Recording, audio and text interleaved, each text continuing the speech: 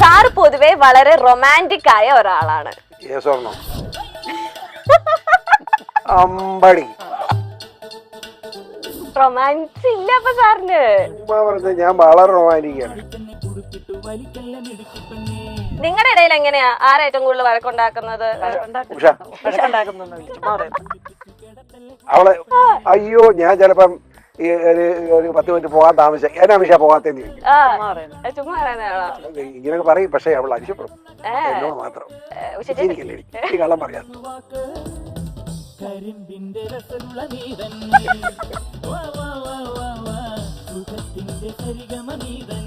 ചേച്ചിയാണോ ഏറ്റവും കൂടുതൽ സാറിന് ഇങ്ങനെ വഴക്കൊക്കെ കൂടുന്നത്?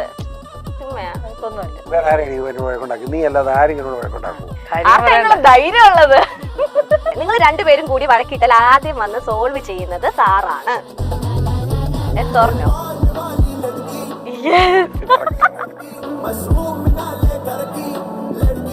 മീനധികം മനുഷ്യൻ കഴിക്കരുതെന്ന് എന്റെ അഭിപ്രായം. അത് മനുഷ്യ ശരീരത്തിൽ ഉണ്ടാക്കുന്ന ഒരു പ്രതികരണം. കുശുമ്പന്മാരായിരിക്കും മത്സ്യം കഴിക്കുന്നത് കൂടുതൽ.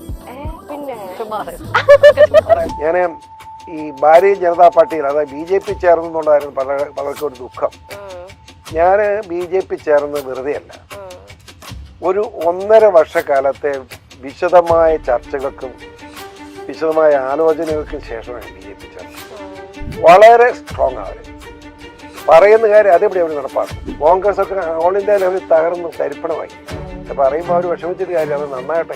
ഒന്നാമത് അവരുടെ ഈ അവരിപ്പോൾ അഖിലേന്ത്യാ നേതാവ് എന്ന് പറഞ്ഞ പ്രതിപക്ഷ എന്ന് പറയുന്നത് നമ്മുടെ രാഹുൽ ഗാന്ധി.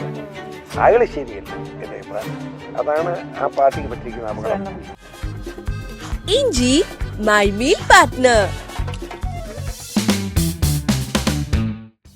നമസ്കാരം. വെൽക്കം ടു ദ കെന്ന ഷോ. ഇന്ന് എന്റെ ഷോയിലുള്ളത് ഇപ്പൊ ക്രിസ്മസ് ഒക്കെയാണ്. ക്രിസ്മസ് ഒക്കെ ഓരോ വീട്ടിലിങ്ങനെ ഒരുക്കിക്കൊണ്ടിരിക്കുകയാണ്. അപ്പൊ 2 സ്പെഷ്യൽ ഗസ്റ്റുകളെയാണ് ഇന്ന് നമ്മുടെ ഷോയിൽ ഞാൻ കൊണ്ടിരിക്കുന്നത്. എനിക്ക് തോന്നുന്നു ഇദ്ദേഹത്തിന്റെ പേര് പറഞ്ഞാൽ തന്നെ കൊച്ചു കുട്ടികൾ തൊട്ട് വലിയവർക്ക് വരെ അറിയാം. യെസ്, നമ്മുടെ ഏവരും പ്രിയങ്കരനായ എന്താ പറയാ ഒരു ജനപ്രിയ നായകൻ എന്നൊക്കെ പറയുന്ന പോലെ നമ്മുടെ എല്ലാ സമൂഹത്തിലെല്ലാം നിറഞ്ഞു നിൽക്കുന്ന നമ്മുടെ ഏവരും സ്വന്തം PC ജോർജ് ആൻഡ് സാറിന്റെ വൈഫ് ഉഷ ചേച്ചിയാണ്. നമസ്കാരം. Welcome to the show. അപ്പൊ ഞാൻ തുടക്കത്തിൽ പറഞ്ഞ പോലെ തന്നെ കൊച്ചുകുട്ടി ഇപ്പൊ LKG പഠിക്കുന്ന ഒരു കൊച്ചിനോട് ചോദിച്ചാൽ തന്നെ PC ജോർജ് എന്ന് ചോദിച്ചാൽ ആരാന്ന് ആ കൊച്ചിന് വരെ അറിയാം. കണ്ടിട്ടുണ്ട്, അല്ലെങ്കിൽ എന്താ പറയാ എല്ലാവർക്കും അറിയാവുന്ന ഒരു പേരും മുഖമാണ് സാറിൻ്റെത്.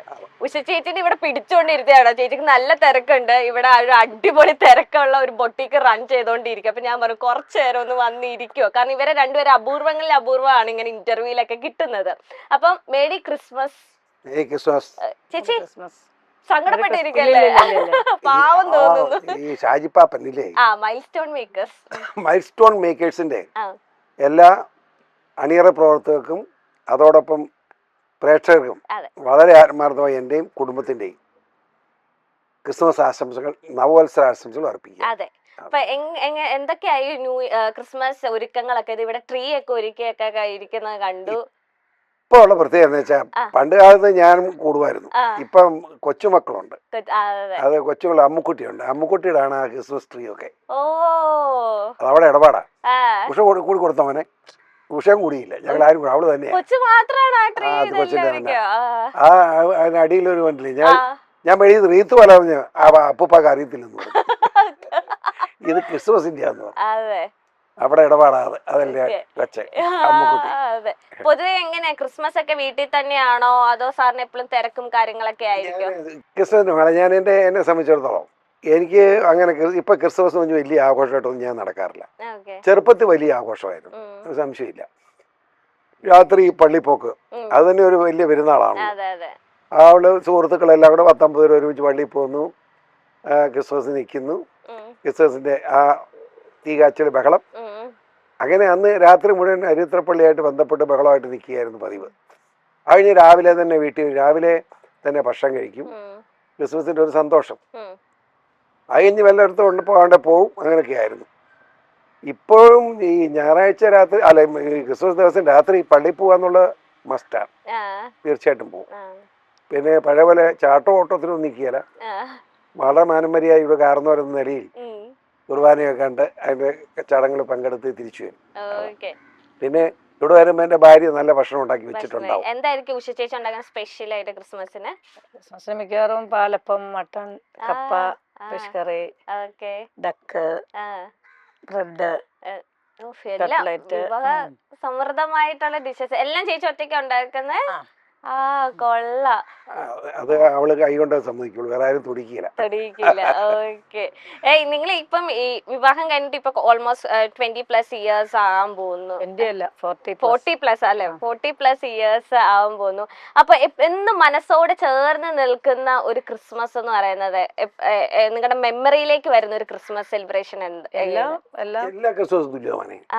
എനിക്ക് ഉഷയ്ക്കൊന്നും തോന്നിട്ടോ എന്തെങ്കിലും കൊച്ചുമക്കളൊക്കെ ഉള്ളതുകൊണ്ട് കുറച്ചുകൂടെ ഇപ്പൊ കൂടുതൽ സന്തോഷം കൊച്ചുമക്കളാ.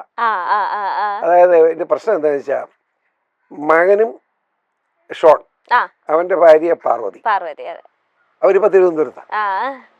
അവരുടെ മൂത്ത മകൻ എന്ന് പറയുന്നത് അപ്പു ഞങ്ങൾ വിളിക്കുന്നത്, അവൻ കുമളിയിലെടുത്ത് ഈ മോൺഫോർട്ട് സ്കൂളിലാണ്. അവൻ വരും ഉടനെ. അത് എന്റെ കൂടെ കിടപ്പൊക്കെ. രണ്ടാമത്തെ മകൾ അമ്മുക്കുട്ടി, അത് ഉഷയുടെ പാർട്ടി. അങ്ങനെയാണ് രണ്ട് കൊച്ചുങ്ങളാണ്. ഈ രണ്ട് കൊച്ചുങ്ങളാണ് ഇപ്പൊ ഞങ്ങളുടെ ജീവിത സത്യത്തിൽ. അതെ, എനിക്ക് തോന്നുന്നു മോള് ഇവിടെ വന്നപ്പോ തൊട്ടല്ലേ ഭയങ്കര ആക്റ്റീവ്. രണ്ടാമത്തെ മകനുണ്ട്, അവനൊരു സ്പെഷ്യൽ ടൈപ്പാണ്. അവൻ ഡോക്ടർ മാത്രമല്ല, പ്രത്യേക രീതിയില്ല അവന്റെ ഇടപാടൊക്കെ. അല്ലാതെ ഈ എല്ലാവരുമായിട്ട് അത്ര വലിയ ബന്ധങ്ങളൊന്നും അവനില്ല. അങ്ങനെ അമ്മുക്കുട്ടിനെ കാണാൻ നല്ല രസമുണ്ട് കേട്ടോ. നല്ല ഒരു മലാക കൊച്ചിനെ പോലെ ഞങ്ങൾ ഇവിടെ വന്നപ്പോ തൊട്ടേ പറഞ്ഞു. നല്ല രസമുണ്ട് കാണാനായിട്ട്. ഒന്ന് പോജേ, ഞാൻ എത്രയൊക്കെ അല്ലേ, ഞാൻ സുന്ദരിയാന്ന് എനിക്ക് അറിയാന്നൊക്കെ. ഇതിൽ ഏറ്റവും ഇഷ്ടം ആരെയാ? ഗ്രാൻഡ് ഫാദറിനെയാണോ ഗ്രാൻഡ് മദറിനെയാണോ? എന്നാലും ഒരാളെ. ഏറ്റവും കമ്പനി ആരാ? അമ്മുക്കുട്ടി എല്ലാം വന്ന് പറയുന്നൊക്കെ ആരോടാ?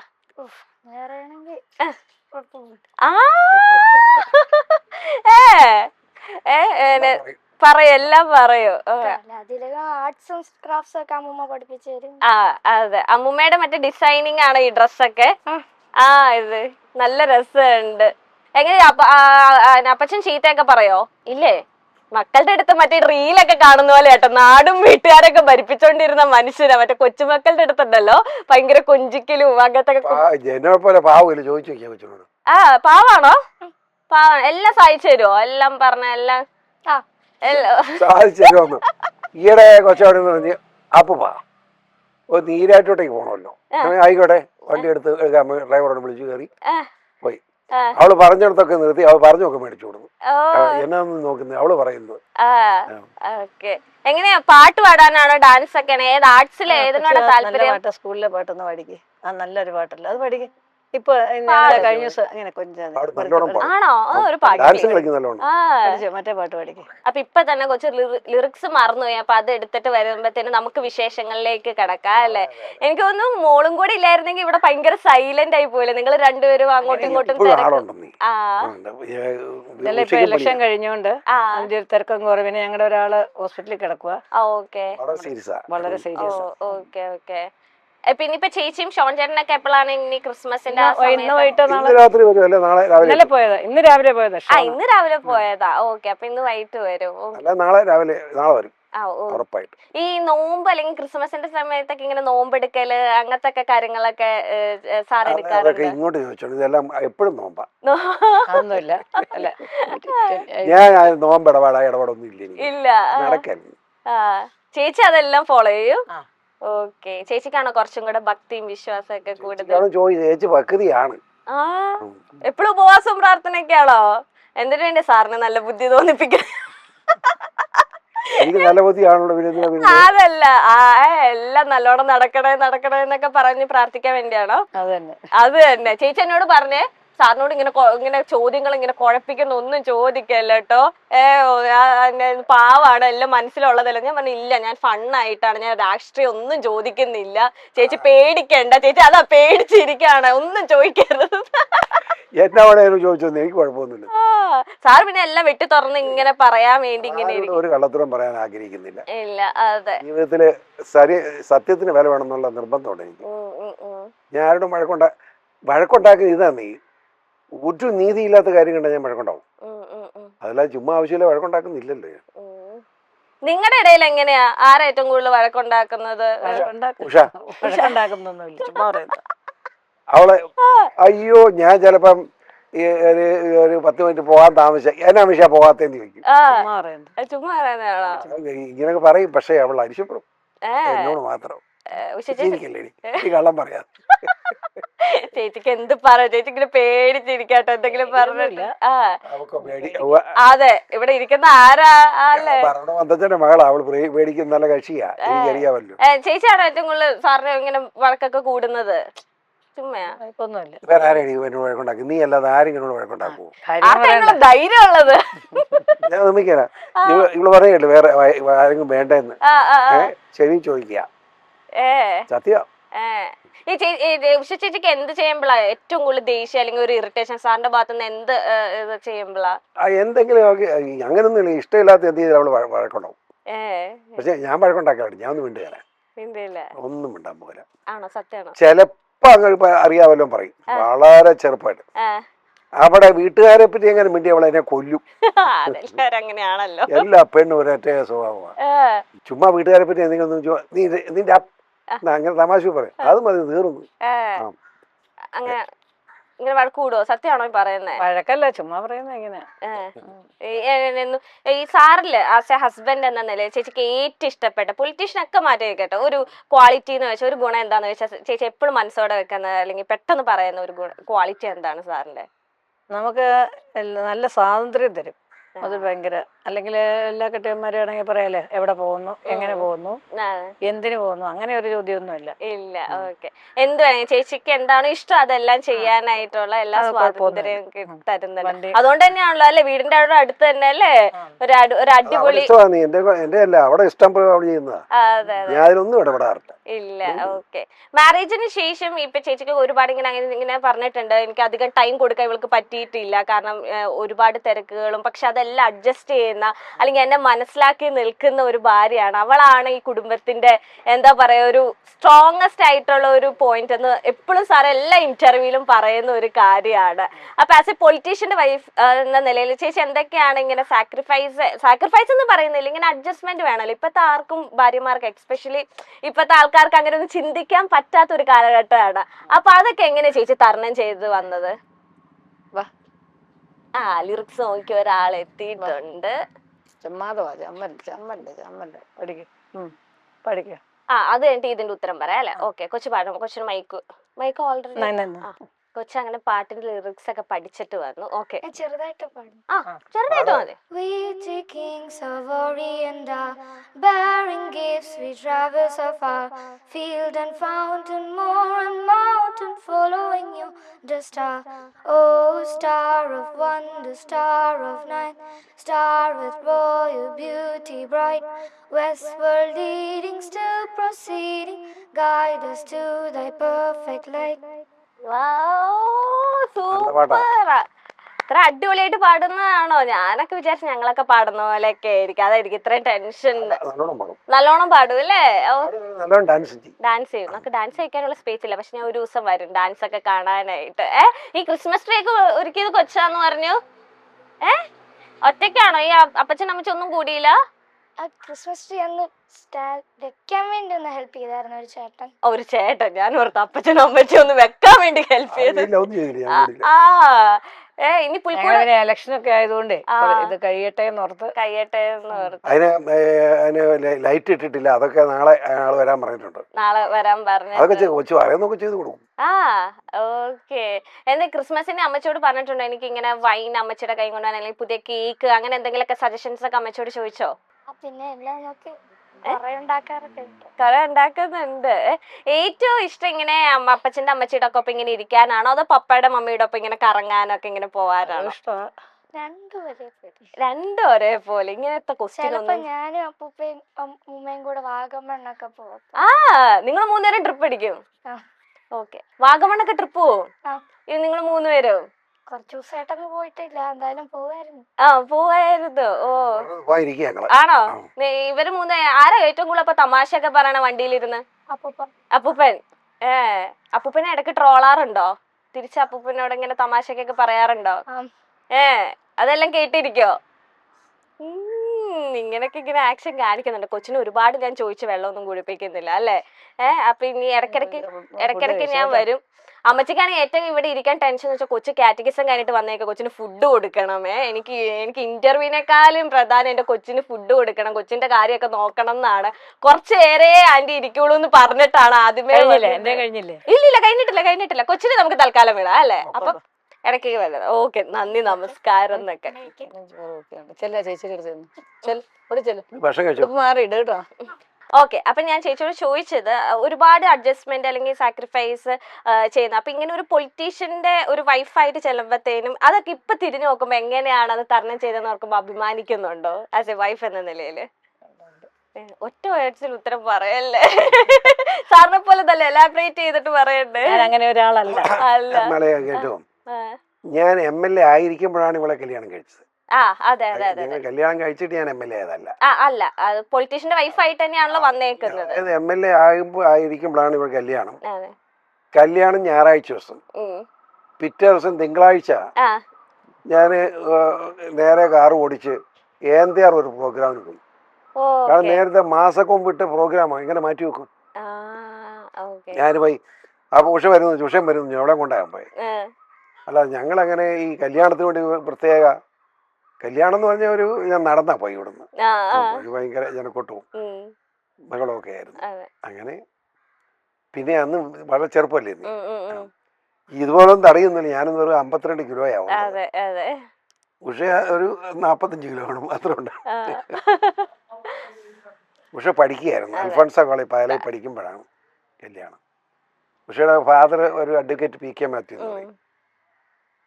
ഉഷയ്ക്ക് ഞങ്ങള് എൻ്റെ വീടെന്ന് പറഞ്ഞാൽ ഞങ്ങൾ 9 പിള്ളേര്, എൻ്റെ അപ്പന് അമ്മയ്ക്കും കൂടെ. നേരെ ഓപ്പോസിറ്റ് കാണുന്നതാണ് തറവാട്. കാണുന്നത്. ഇഞ്ചി മൈ മീൽ പാർട്ട്ണർ. അപ്പൊ ആ തറവാടിലെ 9 പേരില് ഞങ്ങൾ ആണുങ്ങൾ 4, പെണ്ണുങ്ങൾ 5 പെൺകുട്ടികൾ പെങ്ങന്മാരും ജീവിച്ചിരിപ്പുണ്ട് ഇപ്പോഴും. ഒരാൾ എറണാകുളത്താ, 82, 83 വയസ്സ്. എന്നാൽ ആണുങ്ങളിൽ 2 പേരേ ഉള്ളൂ, ബാക്കി 2 പേര് മരിച്ചു. എന്റെ അനിയൻ ആണ് ഇപ്പൊ തറവാട്, ചാർലിയാണ് ഇപ്പൊ തറവാട്ടിൽ താമസിക്കുന്നത്. അങ്ങനെ വളരെ സന്തോഷകരമായിട്ട് പോകാൻ കഴിയുന്നുണ്ട്. എല്ലാവരുമായിട്ട് വളരെ സ്നേഹത്തിലും ഐക്യത്തിലും പോകാൻ കഴിയുന്നുണ്ട്. ഞാൻ ഈ ഭാരതീയ ജനതാ പാർട്ടിയിൽ, അതായത് BJP ചേർന്നുള്ളതായിരുന്നു പലർക്കും ഒരു ദുഃഖം. ഞാൻ BJP ചേർന്നത് വെറുതെ അല്ല.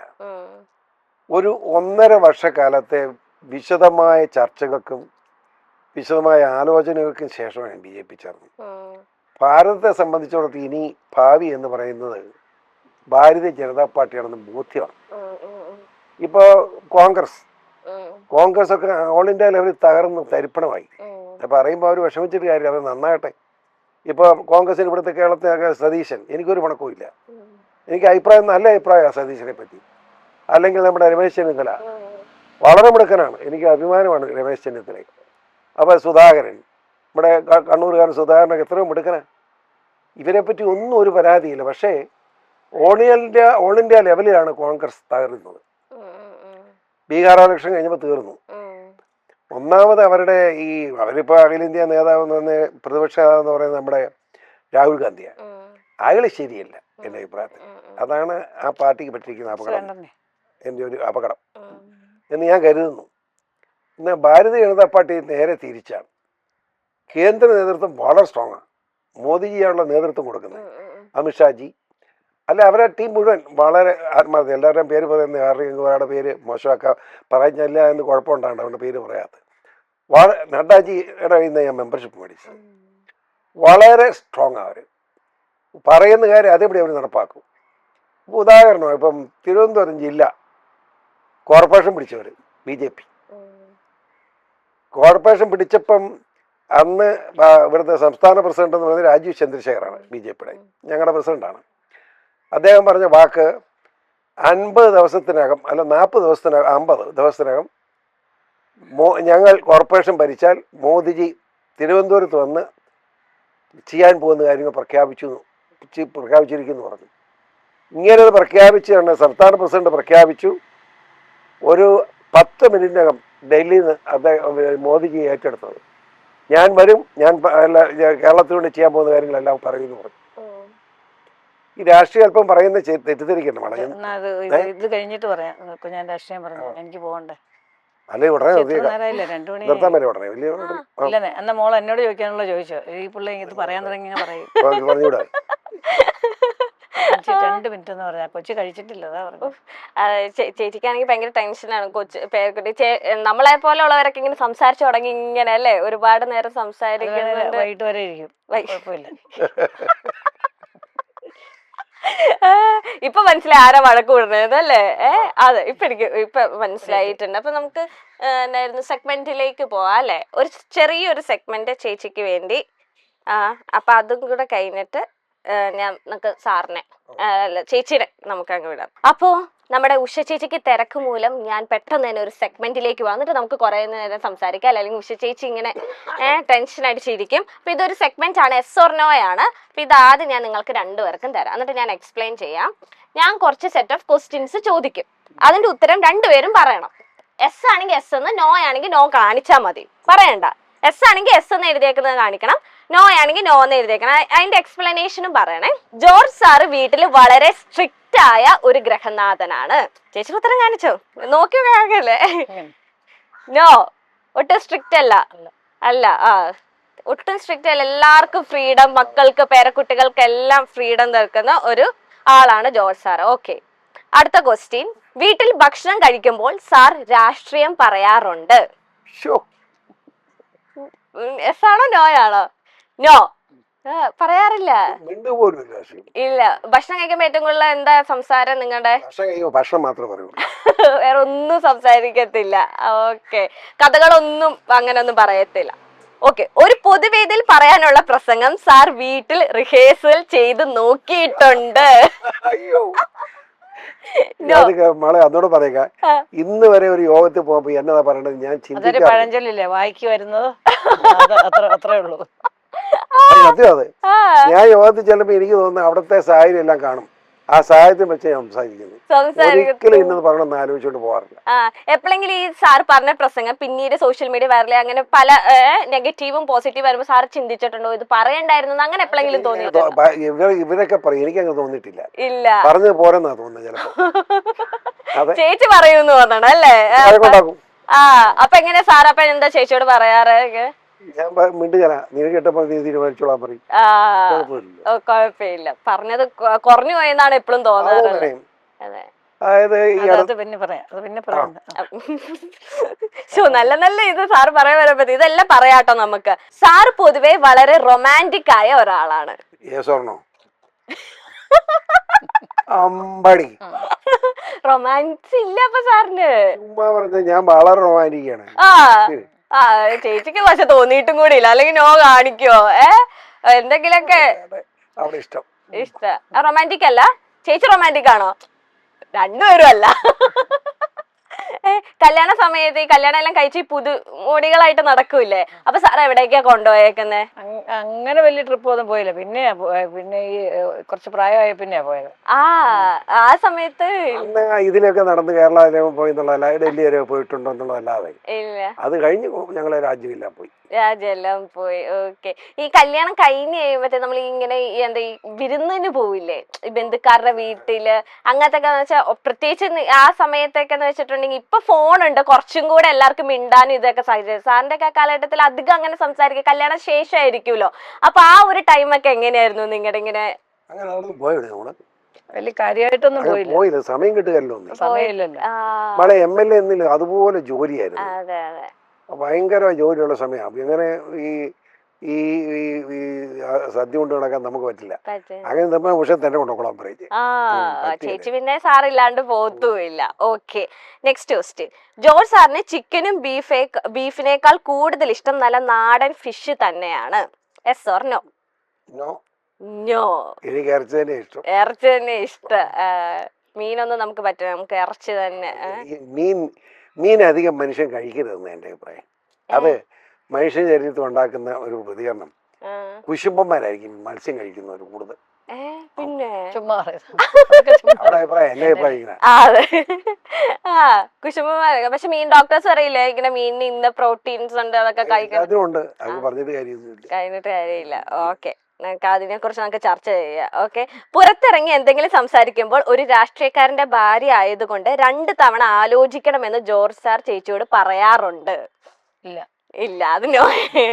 ഇതുവരെ പറഞ്ഞിട്ടില്ലേ? ഇന്നുവരെ പറയാ. ചേച്ചിക്ക് അത് ഉള്ളിൽ തന്നെ ഉണ്ടെന്ന് തോന്നുന്നു. സാർ പറയേണ്ട ആവശ്യമില്ല അല്ലെ?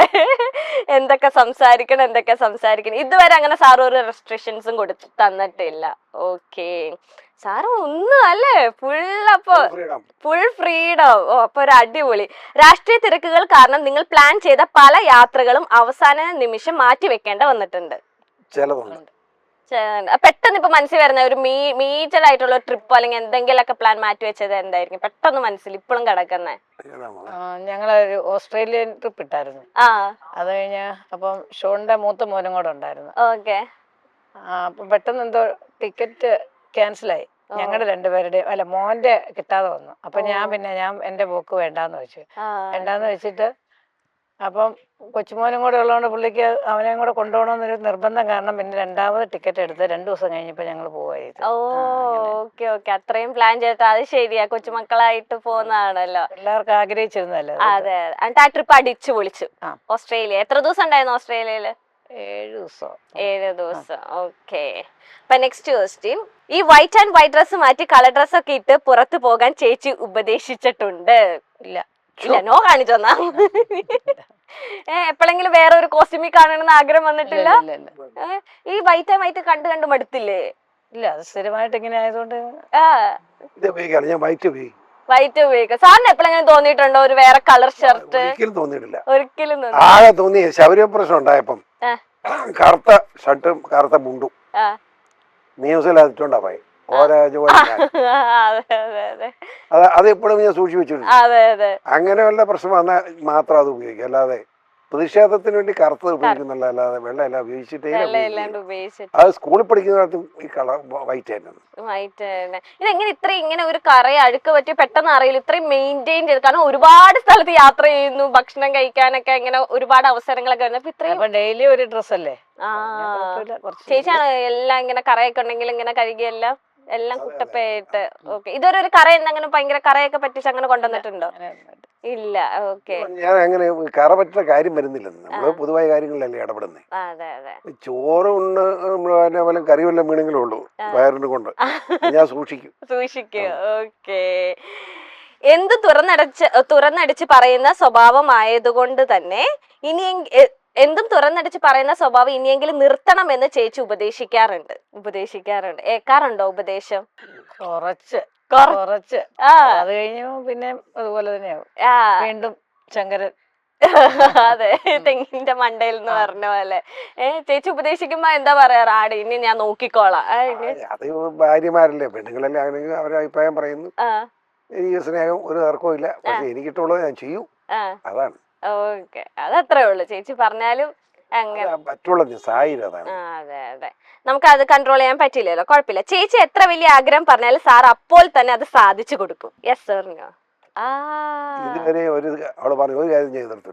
ഇല്ല. ഓക്കെ, ഈ ചേച്ചി ഇപ്പൊ ഒരു ആഗ്രഹം പറഞ്ഞു, പക്ഷെ ചേച്ചിക്ക് അറിയാം അത് നടക്കോ ഇല്ലയോ കൺഫ്യൂഷൻ ആയിട്ട് പറഞ്ഞ ഒരു ആഗ്രഹം, അത് പെട്ടെന്ന് തന്നെ സാധിച്ചു തന്നത് ഏതായിരുന്നു? അങ്ങനെ ഞാൻ ഓർക്കുന്നില്ല. അങ്ങനെ എല്ലാം അപ്പൊ സാധിച്ചു തരാറുണ്ട്, വലിയ കുഴപ്പമില്ലാതെ സാധിച്ചു തരുന്നുണ്ട്. അത് തന്നെ അല്ലേ എല്ലാരും ആഗ്രഹിക്കുന്ന ഒരു പാർട്ട്ണർ എന്ന് വെച്ചാൽ പരസ്പരം അങ്ങോട്ടും ഇങ്ങോട്ടും ആഗ്രഹങ്ങളെല്ലാം സബരിച്ചു കൊടുക്കുക അല്ലെ, സഹായിച്ചു കൊടുക്കുക. അതൊക്കെ തന്നെ ഏറ്റവും നല്ല കാര്യം. നിങ്ങൾ 2 പേരും കൂടി വഴക്കിട്ടാൽ ആദ്യം വന്ന് സോൾവ് ചെയ്യുന്നത് സാറാണ്? Yes or no?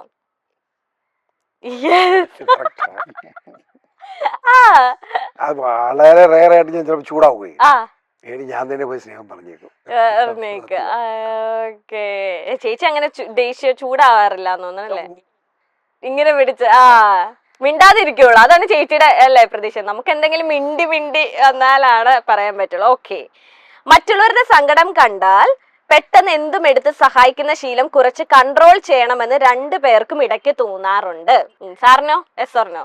അതായത് ഈ സാഹചര്യം അതിനകത്ത് യേസ് പക്ഷെ പറയാറുണ്ടെങ്കിലും ഇപ്പം ഞാൻ ഇവിടെ ആള് വരുന്നു, അയാള് പറയുന്ന കാര്യം കേട്ടിട്ട് ജെനുവിനാണെങ്കിൽ എന്ത് വില കൊടുത്ത് സഹായിക്കണം എന്ന അഭിപ്രായം എനിക്ക്. അത് എന്ത് നഷ്ടം വന്നാലും വിരോധമില്ല, ഞാൻ ആ രീതി ചിന്തിക്കുന്നതാണ്. അല്ലെ പിന്നെ മനുഷ്യൻ സാമൂഹ്യ ജീവി എന്ന് പറയുന്നത് എന്താ അർത്ഥം ഇരിക്കുന്നു? അതുകൊണ്ടാണ്. പിന്നെ ഈ ഈ ഈ സ- ഈ സ- സാമ്പത്തിക സഹായം ചോദിച്ചു വരുന്നതിൽ ഒരു 50% കളിപ്പീര വഞ്ചന. പലതും ഞാൻ അന്വേഷിച്ച് പിടിച്ചിട്ടുണ്ട്. അത് ഞാൻ കൊടുത്തത് പിടിച്ചു പറിക്കുന്നത് ശരിയില്ലാത്ത പറഞ്ഞ് മേൽ കയറി പോകാൻ പറഞ്ഞ് വിട്ടിട്ട് പോട്ടു. കണ്ടുപിടിക്കാൻ പാടാണോ ഇങ്ങനെ സത്യമാണോ ഇപ്പൊ ബുദ്ധിമുട്ടാണ് കണ്ടുപിടിക്കാൻ. കണ്ടുപിടിക്കാൻ? പക്ഷെ ഞാൻ ചോദിച്ചു വരുമ്പോൾ കറക്റ്റ് ആയിട്ട് വരും. ഓക്കെ. കുട്ടികളുടെ കൂടെ കൂടിയാൽ അവരെക്കാൾ വലിയ വികൃതിയാണ് സാറിന്. Yes or no? ഇപ്പൊ പ്രായമായില്ലേ? യെസ്. കുട്ടികളെക്കാളും വികൃതിയാണ്. എന്നാ ഈ പിള്ളേരെ പണി എല്ലാം കൂടുന്നേ. എല്ലാത്തിനും കൂടെ. ഓക്കെ. എല്ലാം പറയുന്നതെല്ലാം അല്ലേ? സാറ് സ്നേഹം വരുമ്പോൾ പാടിത്തരുന്ന ഒരു പാട്ടുണ്ട്. Last question. Yes or no? സ്നേഹം വരുമ്പോ സോപ്പിടാൻ ഒരു പാട്ടൊക്കെ പാടാറുണ്ടോ? ഇല്ല. നോ. നോ, ഒരു പാട്ടും പാടാറില്ല. ഓക്കെ. വന്ന് മിണ്ടത്തേ ഉള്ളൂ, അങ്ങനെ പാട്ടൊന്നും പാടത്തില്ല. ഓക്കെ. അപ്പൊ ചേച്ചിനെ നമുക്ക് വിടാം അല്ലേ? ചേച്ചി അതെ, പാവം പൊക്കോട്ടെ. അപ്പോ ക്രിസ്മസ് ആണ്, നമ്മള് സാറിന്റെ വീട്ടിൽ വന്നിരിക്കുകയാണ്. അപ്പൊ വെറും കൈയോടെ ചേച്ചിനെ ഇപ്പൊ ഞാൻ പറഞ്ഞു വിടാൻ ഉദ്ദേശിക്കുന്നില്ല. അപ്പൊ സാറിനും ചേച്ചിനും ഞങ്ങളുടെ മൈൽ സ്റ്റോൺ മേക്കേഴ്സിന്റെ ഫാമിലിയുടെ വക ഒരു ചെറിയ കേക്കും വൈനൊക്കെ കുടിക്കില്ലേ? പിന്നെ ഇട്ടോ ഈ പ്രാവശ്യത്തെ വൈന് ഇട്ടിട്ടില്ല. അപ്പൊ ഞങ്ങളുടെ വക ഇരിക്കട്ടെ, ഒരു വൈനും നല്ല അടിപൊളി പ്ലം കേക്കും. അപ്പം സാറ് ഇരുന്നോ, കുഴപ്പമില്ല. അപ്പൊ ചേച്ചി, ഇപ്പൊ merry Christmas and happy new year. അപ്പൊ ഇനി കടയിലേക്കൊക്കെ പോട്ടെ. അപ്പൊ ഞാൻ സാറിനെ കുറച്ച് കഴിഞ്ഞിട്ട് വിടുന്നതായിരിക്കും. ഓക്കെ. അപ്പൊ താങ്ക് യു ചേച്ചി, താങ്ക് യു സോ മച്ച്.